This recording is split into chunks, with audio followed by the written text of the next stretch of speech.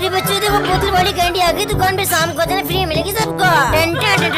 मोटा हूँ मैं सबसे बड़ा। अरे बच्चों ये क्या बढ़िया है यहाँ पे। अरे ये तो बोतल वाली कैंडी है, मजा आएगा मेरे को खा के फ्री की कैंडी। अरे वाह क्या खुशबू आ रही है, अभी खा के देखता हूँ। यम्मी यम्मी मजा आ रहा है मेरे को कैंडी खा के। ऐसी कैंडी मैंने कभी खाई नहीं होगी मैंने मेरे बचपन में। नम नम नम नम नम। अरे बाप रे कैंडी तो खत्म हो गई, लेकिन मेरी को और खानी है, अब क्या करूँ मैं। अरे यहाँ बट्टू को पागल बना देता हूँ फिर से आज मैं। अरे बट्टू मेरे को जूस सही नहीं है वाला। अरे मोटे भाई बहुत देर से दुकान पे आया, अभी देता हूँ तेरे को मैं जूस। अरे बट्टू काम पे लगा है, अभी चोरी कर लेता हूँ, मजा आएगा मेरे को। और यहाँ हरी वाली कैंडी ले जाता हूँ यहाँ से। वही मोटे ये ले जूस। अरे बाप रे 50 रुपए का आता है, मेरे पास इतने पैसे है नहीं, घर जाके आता हूँ, भी लाता हूँ मैं पैसे। अरे साला पता नहीं कहाँ से आते हैं ऐसे मोटे लोग।